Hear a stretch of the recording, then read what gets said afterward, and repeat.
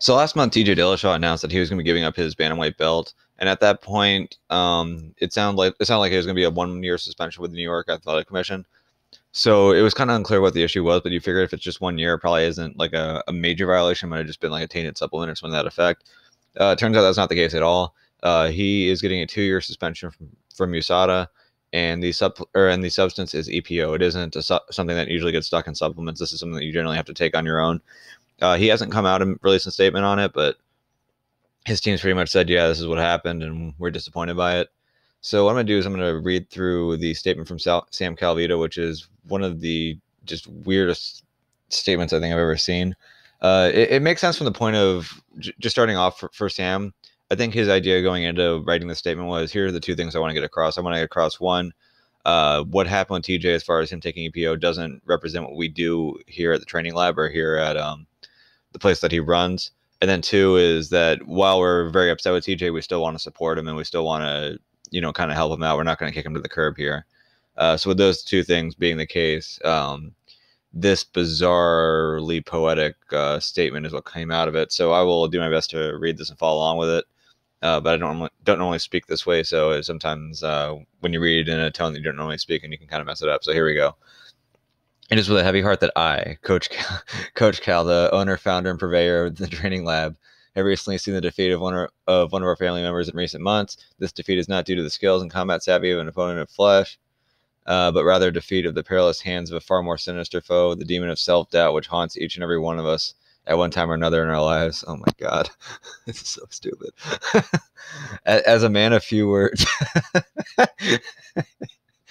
Oh God, you're not a man of few words. Okay, preferring passion and belief as a shield to be carried out upon, I am bemused to careless and reckless dialogue for no other purpose than to make myself heard among the masses plagued by willful ignorance.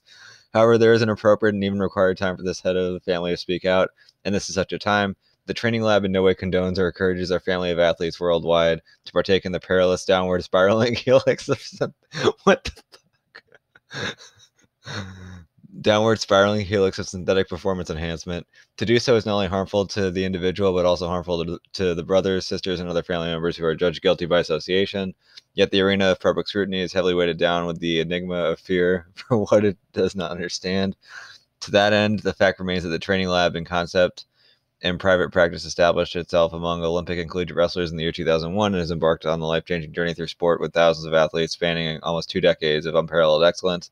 We use quantitative analysis, metabolically accurate nutrition, proper supplementation, recovery facilitation, intelligence, and a training regimen of such high intensity that few have the wherewithal to imagine, much less would dare to embrace.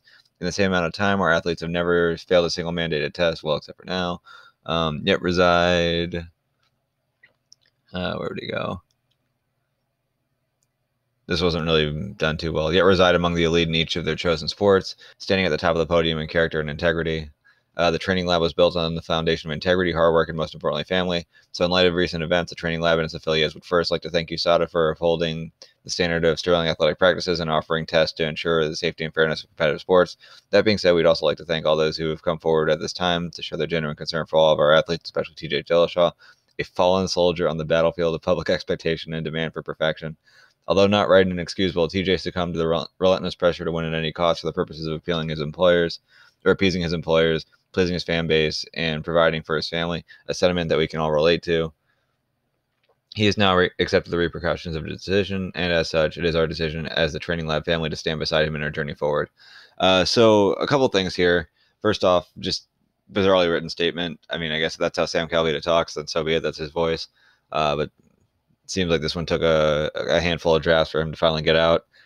But beyond that, as I mentioned before, there were two messages that he was trying to get across here. One is that this doesn't represent the training lab, and the other is that they're still going to stand behind TJ. As far as the this doesn't represent the training lab, I get what he's saying there, but typically from a branding standpoint, if you're going to be responding to negative publicity, you don't want to keep repeating your name over and over and over. And in this statement, I think the name training lab got brought up at least like 4 or 5 times. So if you want to say it once, say, look, this is not what the training lab does, that's okay. But when people are reading this, they're reading it with the concept that this is someone responding to this is a strength coach responding to one of his athletes popping. Maybe repeating the training lab 4 or 5 times in that same statement not the best idea. So I think he kind of overdid it there. Also, the argument that he's making that what TJ was doing was because of so much pressure that he had to deal with, pressure of his employer. Oh, here we go. So the relentless pressure to win at any cost for the purpose of appeasing his employers, pleasing his fan base, and providing for his family, a sentiment that we can all relate to. Well, you're right, we can all relate to it. And by we, that includes people, but that also includes every other fighter. So is this really any kind of like excuse for him that doesn't apply to any other fighter? No, it's not. And beyond that, when he comes back in 2 years, is this not going to be different? Like, he's either going to be fighting in a fight that's effectively going to be a number one contender fight, or he's going to be fighting for the title. A number one contender fight, you could argue, there's a lot of appeasing your employer you'd have to do with that. There'd be pleasing your fan base. There'd be providing for your family, because again, there's the win bonus, and if you get the win or in a title shot, there's a lot more money to be made as a champion. So all these things are still going to be in place when he comes back. So for that to sort of be like the way of excusing what he did, it's not only does it not excuse it, but it pretty much says, yeah, he'll probably do it again when he comes back too. Like, it doesn't say much for him. Now, granted, TJ is going to have to be the one to come out and make his own statement and kind of explain what happened in this case and why it's going to be different when he comes back. One of the other interesting things that came up, though, is that an old tweet from Cody Garbrandt in the lead up to one of their fights where he was just saying, oh, well, I guess all that EPO is getting into your head. There was a lot of talk before those fights where all the alpha male guys were saying, yeah, we know TJ is a steroid cheat. It's only a matter of time before he gets caught. In that case, you have Cody Garbrandt specifically calling out what he was using. And then that's ended up being what he got caught for. So apparently they really did know something there at Team Alpha Male, and they were absolutely correct on that. Another thing that's of interest to me, there with the Cejudo fight, he lost the Cejudo fight, so there's not a big deal there. There is some talk about them going back and running some tests on some previous fights, because not every drug test tests for EPO. So if they have blood from previous fights, including the Garbrandt fights, they run it back and they find that there was EPO in it, they could potentially change the results there. I'm not sure if that really have any effect at this point. As far as the bantamweight belt goes, I think the bantamweight belt is officially vacated. So let's just say that the fight with Garbrandt just happened, where he took the belt from Garbrandt and then you just ran it back. Then you can, in theory, give the belt back to Garbrandt. But at this point, you can't give the belt back to Cody Garbrandt, even if they ended up taking away both wins from TJ Dillashaw. I think at this point, it's still going to be vacant, and it'll be up to Moraes and Cejudo to determine who's going to have that next. Another thing I've been seeing, and I don't really agree with this at all, there's this talk, John Kavanaugh has been one of the guys who's been pushing it forward the most.